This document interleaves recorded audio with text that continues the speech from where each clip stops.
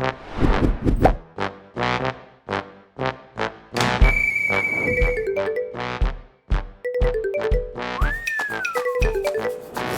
been a clown, I'd say, since the day I was born.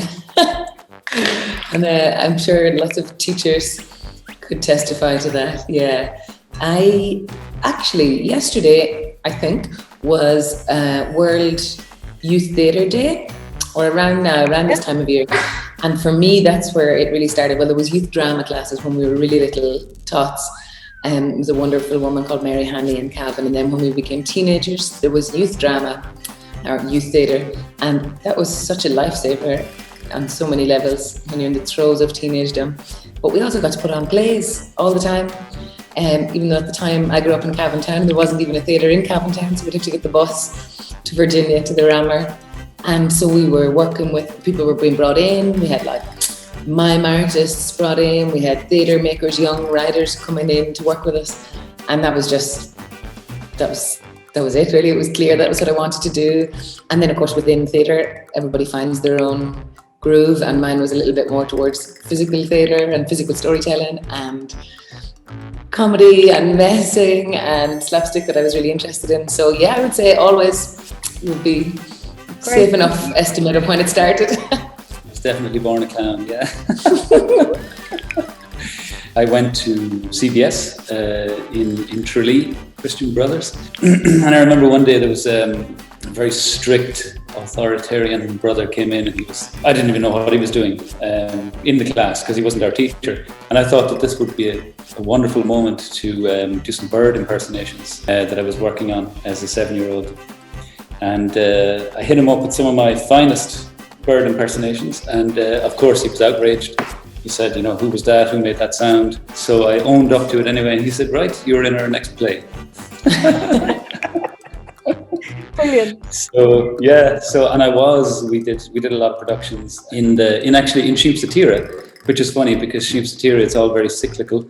Sheep Satira is where we now host the National Circus Festival of Ireland every November. So it was a kind of a lovely, now it's in a different building, but it's the same theatre. Yeah, I was lucky. I mean, I was really fortunate as well because, you know, instead of, if people kind of saw that, you know, that there was something different going on with me. And I'm really glad that they did, you know.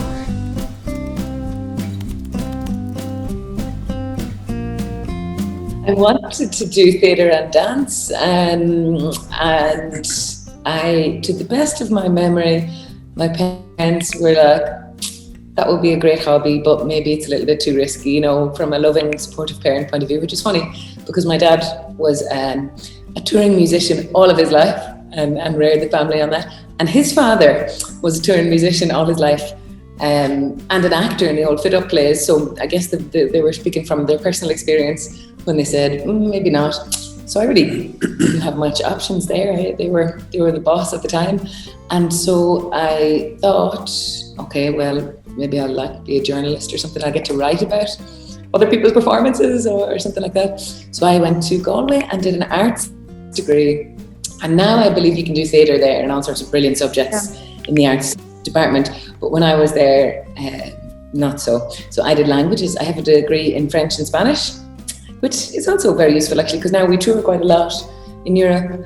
And I've even done some shows in French and Spanish sometimes. So I will get to put the degree to some use. I knew exactly what I wanted to do when I was a kid. I wanted to be an airline pilot. I wanted to fly airplanes. And I've kind of since thought about it, you know, because I remember standing in the CBS Boys Yard and looking up at the sky and I saw a plane and I was like, maybe that's how kids do things, you know, what you want to be when you're growing up is a story and a question we get asked all the time. So that's when I decided that I wanted to be an airline pilot. But I realize now that I actually don't want to be an airline pilot. At that time, I just wanted to be on the plane, going somewhere. I think I just wanted to travel. But sipping a martini down the back, not driving. Exactly. That's how I translated it, and that really kept going. You know, in secondary as well. I was lucky enough to get a job, and I used to spend. I was working in a laundry, kind of part time when I was in school, and I would get paid at the end on the Friday, and I would go out to Farnford Airport, just outside Tralee, and I would spend a whole week's wages in 20 minutes up in the air, because I used to fly planes, and I did that for a couple of years. When it came to the Leaving Cert, I was like, God, I don't actually want to do this at all. And I had taken physics and everything. I was really like, and I hated, I didn't hate it, but I wasn't great at physics, but I'd taken it anyway, just because you need that to be a pilot. So in the end, when it came to it, I was like, God, I don't actually want to do this at all.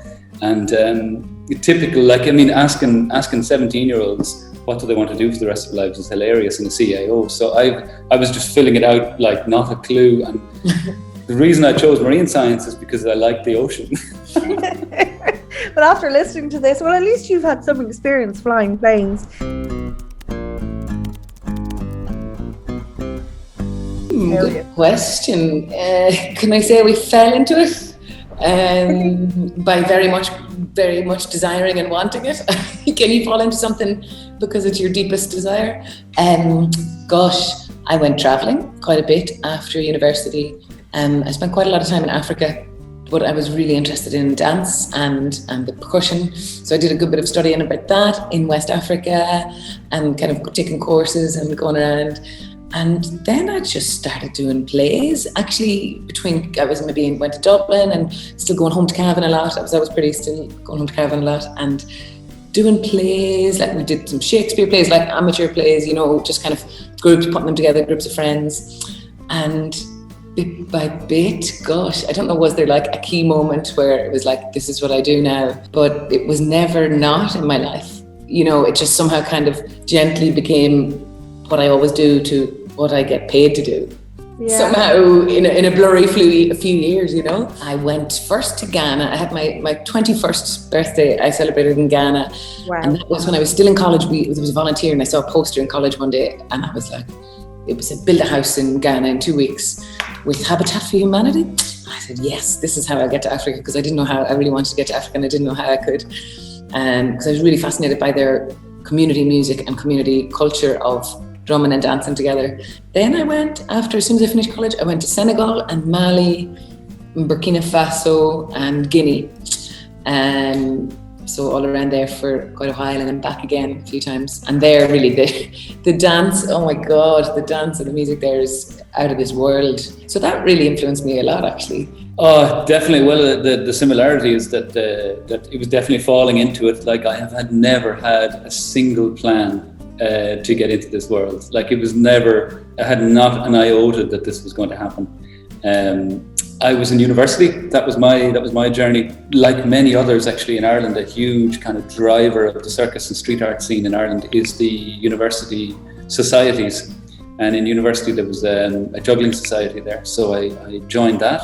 I kind of got really into it and then sort of, wasn't doing a whole pile with it. And then a friend of mine, actually the other Fanzini brother, Dennis Butler, he signed up a few years later for a course in Tralee, which was really ahead of its time in outdoor arts and street theatre. And it was run by the VEC, and they got some brilliant teachers in, and it was a super high level course for its time. And they used to be a big street theatre festival in Tralee called Saoilíocht every Easter. And they did a kind of a big presentation for that and made a big splash, kind of did a big performance. And then afterwards, people from around Kerry were ringing the course looking for people to perform.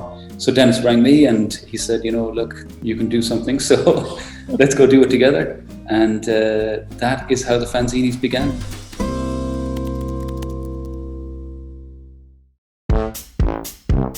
They asked us to kind of start programming the Irish language content a number of years ago. So we'd be involved in that. It's something that the fanzine productions do actually, is sometimes festivals ask us for recommendations for acts and we kind of curate it a little bit. But the Patrick's Festival is a bit of a special one, all right, because it's kind of, it's close to the heart because it's the Irish language and, It's usually the first one of the season as well each year. Yeah. Yeah. And outdoor shows, the start of the touring, Yeah, you contributed to our little Sheriff Street parade a couple of times. Yeah, so that was great. Right. Yeah, and a couple of years at Five Lamps. Our relationship with festivals is everything for a company like Fanzini's. We work with theatres a little bit in the winter as well. like for rehearsal space or for sometimes indoor shows. We'll do the shows indoors sometimes as well. But really, our relationship with festivals like you and Five Lamps is everything. It's what it's entirely based on, you know. And that's actually an interesting thing, what Kim says there, the relationship, because like it used to be when, I mean, I remember when we started out, it used to be that like the festivals were like the boss. They had all the money, and then the artists were kind of like, oh, give us a gig. And it's been interesting, the more interesting models that we find are where the festivals and the artists actually work together to create work. And the festivals say, what inspires you as an artist, and can you be influenced by our model and create something, that reflects that, or, they're really the festivals that are exciting and that are progressive. And I think that whole, it's the relationship, as Kim says, is key for us, because it's not just turn up, do the gig and go away. Like for us, it's much more than that. It's symbiotic. The festivals don't exist without the artists who tour their work and vice versa, So.